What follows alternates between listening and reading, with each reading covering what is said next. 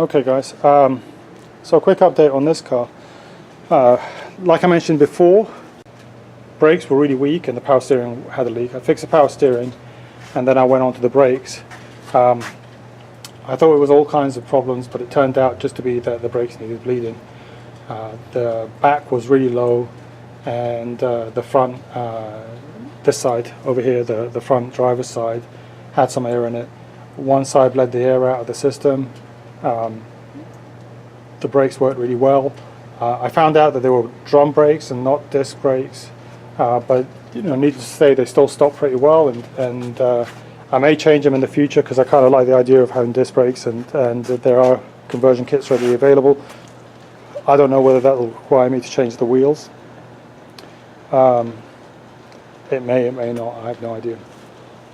But needless to say, I'm pretty happy. What else did I do? Really nothing much. I obviously pressure washed and degreased the engine. It was filthy, so I took the pressure washer out and gave it a good clean. So it just looks a little bit better, more presentable. I also bought some parts. Was going crazy at Rock Auto. Some of them got delivered. There's a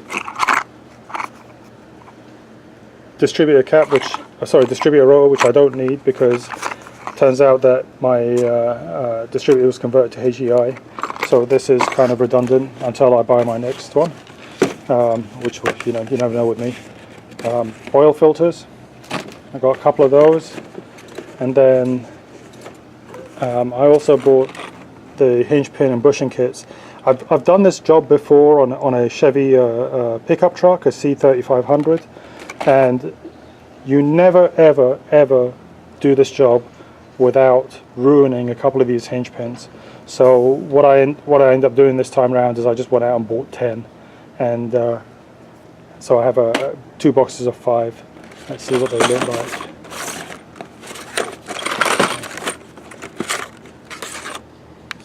These are basically it, the hinge pins. So hopefully this will work. And then lastly, I got an oil filter, which AC Delco, I think it was really inexpensive. So let's put this on.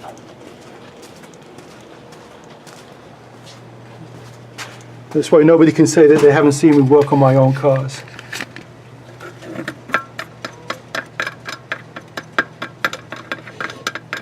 I'm so ready for AC. This is always worrying. You never know if a rat's going to jump out at you.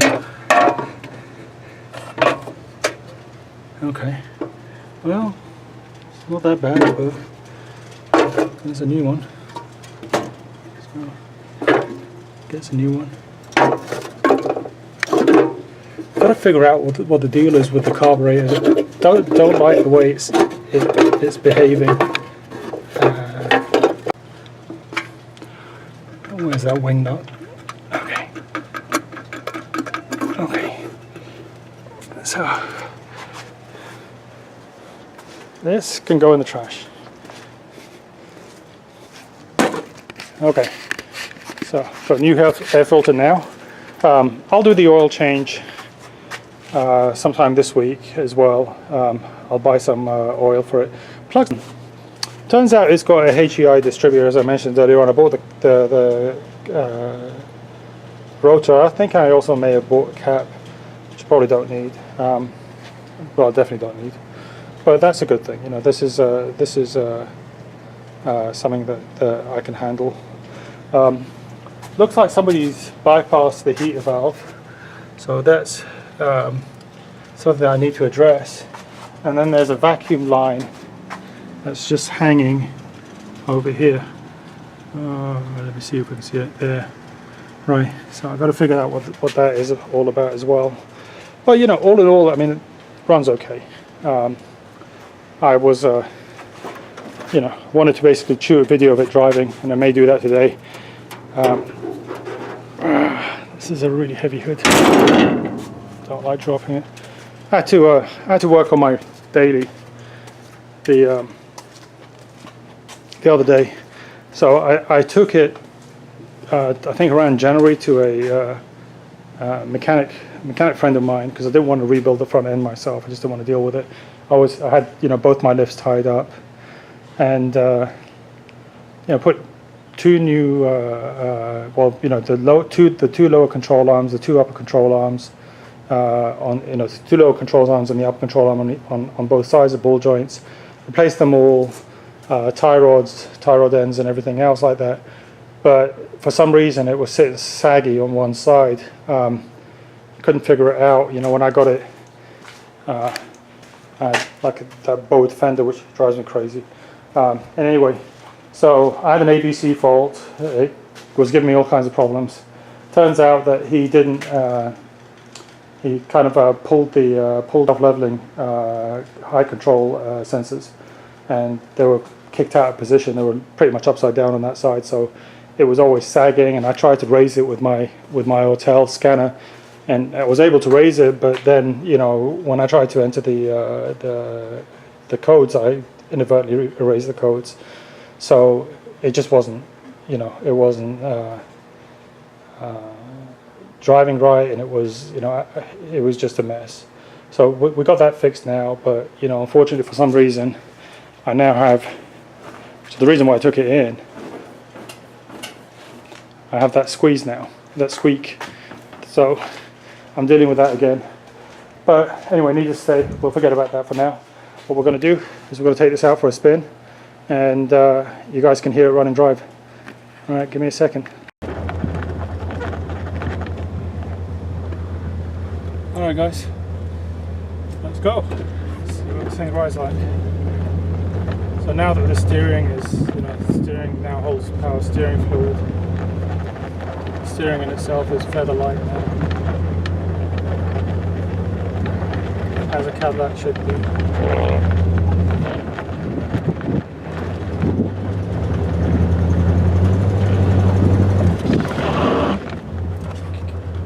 Brakes will lock up, which is great.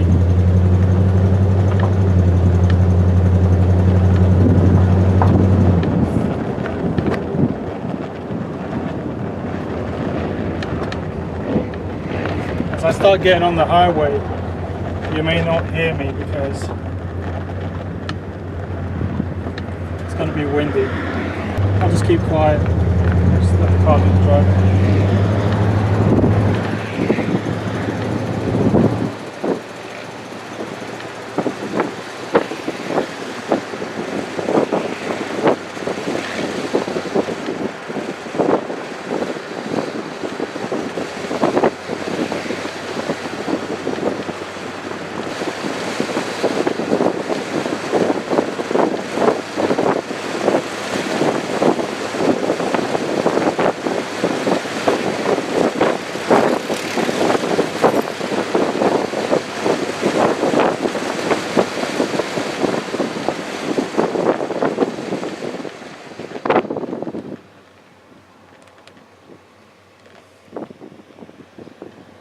So there's a slight exhaust leak, probably from one of the manifolds, but the engine's pretty quiet. Idle.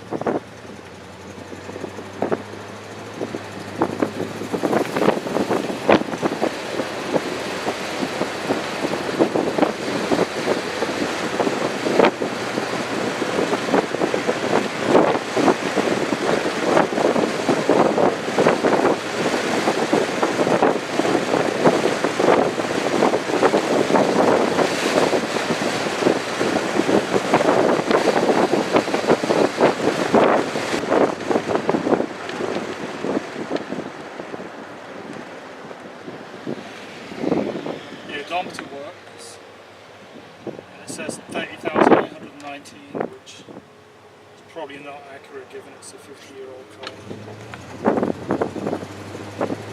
But it runs pretty well.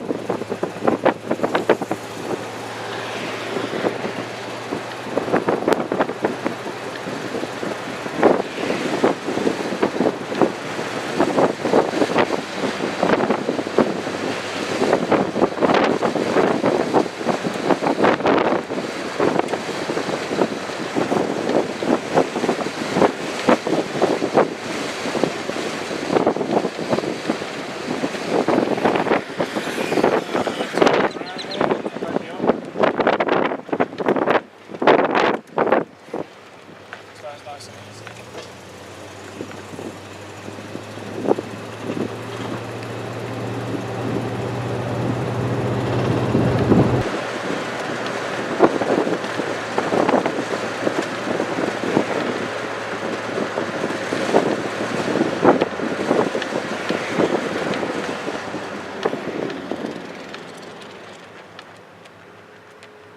Brakes are pretty good.